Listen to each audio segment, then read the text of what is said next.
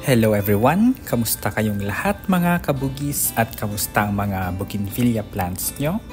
It's Michael here and welcome back to my channel.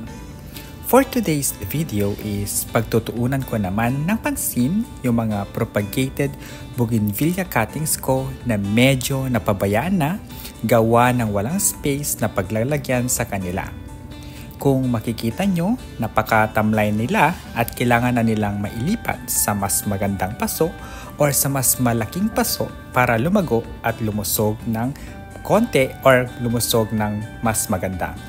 And itong mga ito ay mga months nang nakalagay sa small plastic cups and medyo nakakaawa na ang kanilang itsura kaya i-makeover natin sila para naman gumanda at maging lush sila. Mga halo-halong varieties na ang nandito and hindi ko na alam kung ano-ano yung mga IDs nila. And malalaman ko na lang siguro once lumaki at maglabas sila ng mga kanya-kanya nilang mga bulaklak. And ako kasi pag nagtatanim ng bougainvillea, hindi ko na sila nilalagyan ng mga names and bahala na lang kung yung name nila pag nag-flowers na sila. Ganon din ba kayo minsan? This happens pag sabay-sabay ko silang tinitrim, so halo-halo na yung mga cuttings, kaya halo-halo ko na din silang tinatanim. And kadalasan sa isang plastic cup, naglalagay ako ng 3 to 4 cuttings na halo-halong varieties at bahala na kung sino ang mabubuhay sa kanila. And if mabubuhay naman lahat, sobrang bonus na yon. And kung may isa or dalawa na mabubuhay, masaya na ako doon. Since hindi naman sila for sale at for collection lang naman, okay na din kahit walang ID pag itatanim. And saka ko na lang ilalagyan ng ID pag nagkaroon na ng flowers. And dito sa mga nabuhay na bougainvillea na ito, natuwa ako kasi for the first time since nag-alaga ako ng mga bougainvillea ay may napabuhay akong ruby flame. Imagine guys, ruby flame. Hirap na hirap akong magpabuhay niyan kasama yung king opal and red flame. Pero dito may napabuhay akong isa at sobrang tagal bago nabuhay. Dito sa repotting na gagawin ko, syempre mga used plastic pots na lang ang gagamitin ko at yung mga natitirang potting mix na meron ako dito sa bahay dahil hindi pa ako nakakabili ng bagong garden soil. And sayang din naman kung nakatambak lang sila sa tabi at hindi nagagamit. At saka na lang ako bibili ng mga garden soil para sa next batch ng repotting ng mga bugis and preparation ng tag-ulan. And yung isa din palang rason kung bakit kailangan ko na ding ilipat sa malaking paso itong mga propagated bugis dahil ilan sa mga plastic cups nila ay sira na. So may wear and tear din. So nagiging crispy na sila. It's time na din na i-let go sila at magpanibago. And itong mga plastic cups na ito ay matagal-tagal ko na din silang nagamit kaya nasulit ko na din sila sa propagation ng mga bougainvillea cuttings ko. At bago tayo magpatuloy and while naglilipat ako and baka sakaling napadpad ka sa channel ko and if you happen to be new to my channel at hindi pa nakaka-subscribe, paki-click na ang subscribe button para maging updated ka sa latest at sa susunod na videos ko gaya ngayon about bougainvillea. And if nakasubscribe ka na, I would like to take this opportunity na magpasalamat sa aking mga viewers na matiyagang nanonood sa current and past videos ko kasama na yung mga shorts videos ko. Maraming salamat po at lalong-lalo na sa mga subscribers ko na patuloy na sumusuporta sa aking channel. Thank you so much. At madami-dami din itong natira na buhay na bougainvillea cuttings. Ito ang nagagawa pag laging nasasayangan na itapon yung mga cuttings sa trimming.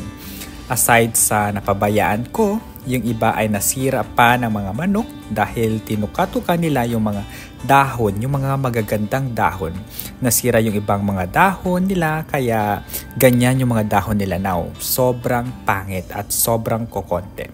And after kong iripat ang mga ito, ilalagay ko sila sa mas safe na lugar para iwas sa mga manok. may mga nakakapasok kasing manok ng kapitbahay. And itong mga bugis pala na ito ay hindi pa nakalagay directly sa arawan. And after ko silang iripat, doon na lang din muna sila sa bright shaded area hanggang makarecover at dumami yung mga dahon nila. Hanggat maaari, huwag na lang muna natin sila ilagay directly sa sunlight para hindi mabigla at hindi masunog yung mga dahon nila, lalo na't galing sila sa shaded area. And if matatanong nyo din naman, di ba yung mga bougainvillea ay gustong-gusto nila yung maaraw at direct sa sunlight para mamulaklak? Tama naman, pero hindi sa lahat ng oras. Kasi may mga instance talaga na ayaw din nila yung sobrang araw or direct sila araw. And gaya na lamang ng bagong ripat, if sobrang na-disturb yung mga ugat or kahit na hindi, mas mainam na wag na munang paarawan yung mga bugis para maiwasan na malanta at matuyo yung mga dahon nila. And based sa aking experience sa dati kong bougainvillea, after ng repotting, naiwan ko direktang naaarawan and ang nangyari, nalanta at natuyo yung mga dahon niya. Tapos hindi na siya nakarecover. Akala ko kaya ko pa siyang isave pero hindi na.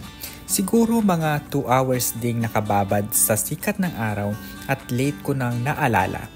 And nung nakita ko, lanta na yung mga dahon, kaya after repotting, it's a no-no na ilagay sa arawan, and if naaarawan, lagyan ng takip panilong. And tapos pala guys, itong mga niripat kong mga buhay na bougainvillea cuttings ay hindi ko muna nilagyan ng fertilizer, gawa ng hindi pa maganda yung mga dahon niya at yung mga ugat niya. And medyo natatakot akong lagyan, baka kasi hindi nila kayanin. Aantayin ko muna silang makarecover ng konti bago ko sila lagyan ng paunti-unting abono. I usually nilalagyan ng abono yung mga small-rooted bugis ko pag alam kong madami na yung mga dahon at madami na yung mga roots at stable na yung kanilang mga kalagayan. At mas maganda na din yung naninigurado kasi ang tagal magpalaki ng rooted bugis, and yes, nakakatulong ang abono sa pagpapalaki ng mga bougainvillea pero hindi sa lahat ng pagkakataon. Kaya mag-isip din tayo na if ito bang paglalagay ng abono natin, if makakabuti or makakasama sa ating mga bougainvillea. So ayun lang guys, dyan lang kayo at patapusin niyo ang video na ito at tatapusin ko na din itong repotting na aking mga small-rooted bougainvillea. Kaya dyan lang kayo at panoorin nyo hanggang dulo.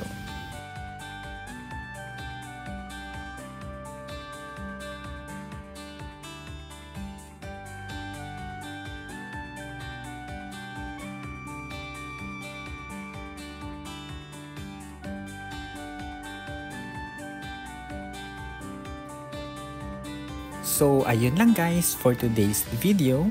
Thank you so much for watching at makakaasa kayo na pagbubutihan ko pang gumawa ng mga relevant videos for bougainvillea. Kaya naman don't forget to subscribe, stay safe and healthy, and we'll see you in my next videos. Bye-bye!